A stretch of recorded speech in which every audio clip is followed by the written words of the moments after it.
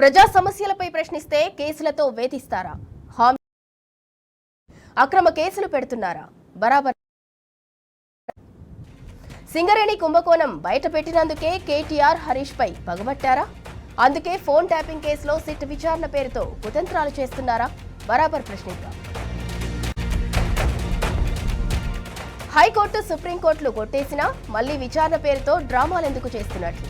ఇంకెంతకాలం ఈ డైవర్షన్ డ్రామాలు? బరాబర్ నిలదీద్దాం.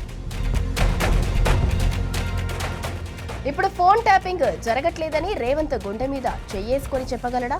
కాంగ్రెస్ కుంభకోణాల నుంచి డైవర్షన్ కోసమేనా ఈ విచారణ డ్రామాలు? బరాబర్ అడుగుదాం. పోలీసింగ్ ప్రక్రియలో జరిగేది ట్యాపింగ్ కు పాలకులను బాధ్యులు చేస్తారా? ఫోన్ ట్యాపింగ్ నేరం కాదని మాజీ ప్రధాని మన్మోహన్ సింగ్ స్వయంగా చెప్పలేదా? బరాబర్ ప్రశ్నిద్దాం. ప్రజాస్వామ్యాన్ని రేవంత్ రెడ్డి పగస్వామ్యంగా మార్చేశాడు. ప్రశ్నించే వారిపై ప్రతీకారేచ్ఛతో రగిలిపోతున్నాడు. బీఆర్ఎస్ నేతలను అక్రమ కేసుల్లో ఇరికించేందుకు విఫలయత్నాలకు పాల్పడుతున్నాడు. జనం చీకొడుతున్నందుకు బీఆర్ఎస్ పై బురద చల్లేందుకు కుటిలమైన కుతంత్రాలు అమలు చేస్తున్నాడు. తన అక్రమాలు కుంభకోణాలు బయటపెడుతున్నందుకు కేటీఆర్ హరీష్ రావులను లక్ష్యంగా చేసుకున్నాడు. ఒకవైపు మున్సిపల్ ఎన్నికల్లో ఓటమి భయం వెంటాడుతుంటే రేవంత్ సర్కార్ కక్ష సాధింపు చర్యలను ముమ్మరం చేసింది. బామ్మర్తి కోసం రేవంత్ చేసిన బొగ్గు కుంభకోణాన్ని బట్టబయలు చేసేందుకు ఆక్రోశంతో ఫోన్ ట్యాపింగ్ కేసును మరోసారి తెర మీదకు తెచ్చాడు. మొన్న హరీష్ రావు విచారణ పేరుతో అబాసుపాలైన రేవంత్ సర్కార్ ఇవాళ కేటీఆర్ను టార్గెట్ చేసింది. నేరమే లేని ఫోన్ ట్యాపింగ్ అంశంలో కేవలం రాజకీయ కక్షతో కేటీఆర్ను సిట్ విచారణ చేసింది. దాదాపు 7.5 గంటల పాటు కేటీఆర్ను విచారించింది.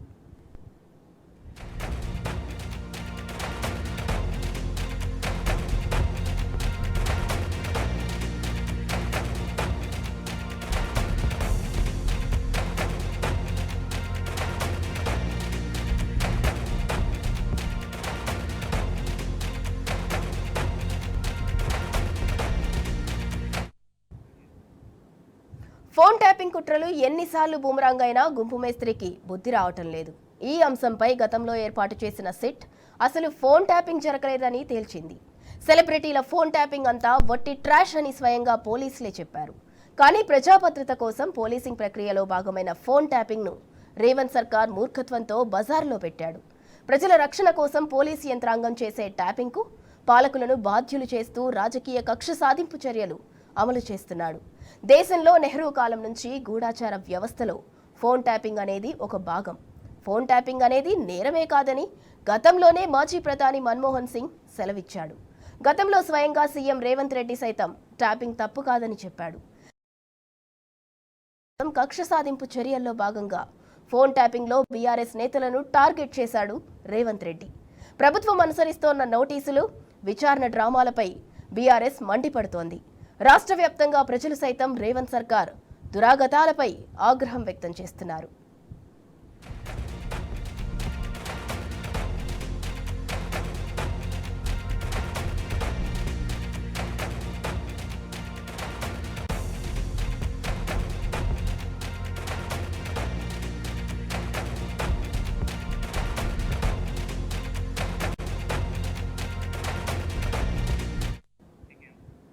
ఇక కేటీఆర్ సిట్ విచారణకు సంబంధించి మరిన్ని డీటెయిల్స్ తెలుసుకునే ముందు షార్ట్ బ్రేక్ తీసుకుందాం. Stay with us.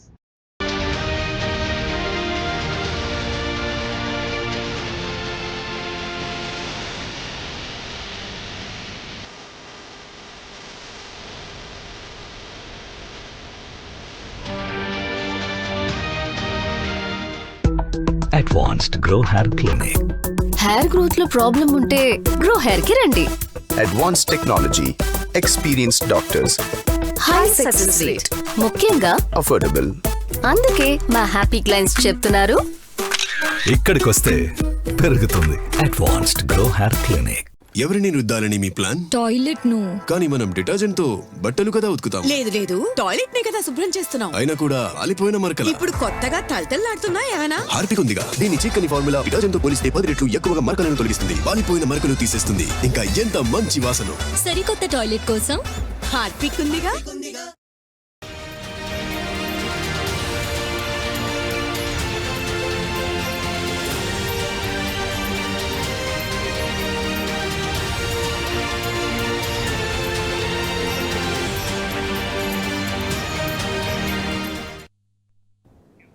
Revanth Reddy ఇంకెన్ని విచారణల పేరుతో అధికారాన్ని దుర్వినియోగం చేసినా ప్రజల తరపున కొట్లాడుతూనే ఉంటామని బీఆర్ఎస్ వర్కింగ్ ప్రెసిడెంట్ కేటీఆర్ స్పష్టం చేశారు.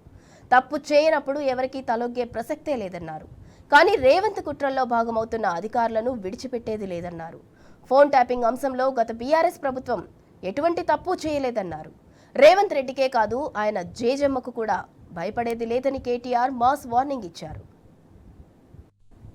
మీరేదో ఇవాళ ముఖ్యమంత్రి హార్వర్డ్ పోయిండు, ఆడ వచ్చిరాని ఇంగ్లీష్లో ఏం నేర్చుకుంటుండో ఏం తెచ్చిండో కానీ ఆయన వచ్చే వరకు టైం పాస్ చేద్దాము అని చెప్పి మీరు డ్రామా చేస్తున్నారు. మాకు తెలుసు, ధారావాహికలాగా నడుపుతా ఉన్నారు. మాకేం ఇబ్బంది లేదు. మీరు ఎన్నిసార్లు పిలిచినా వస్తాం. ఎందుకంటే చట్టాన్ని గౌరవించే పౌరులం.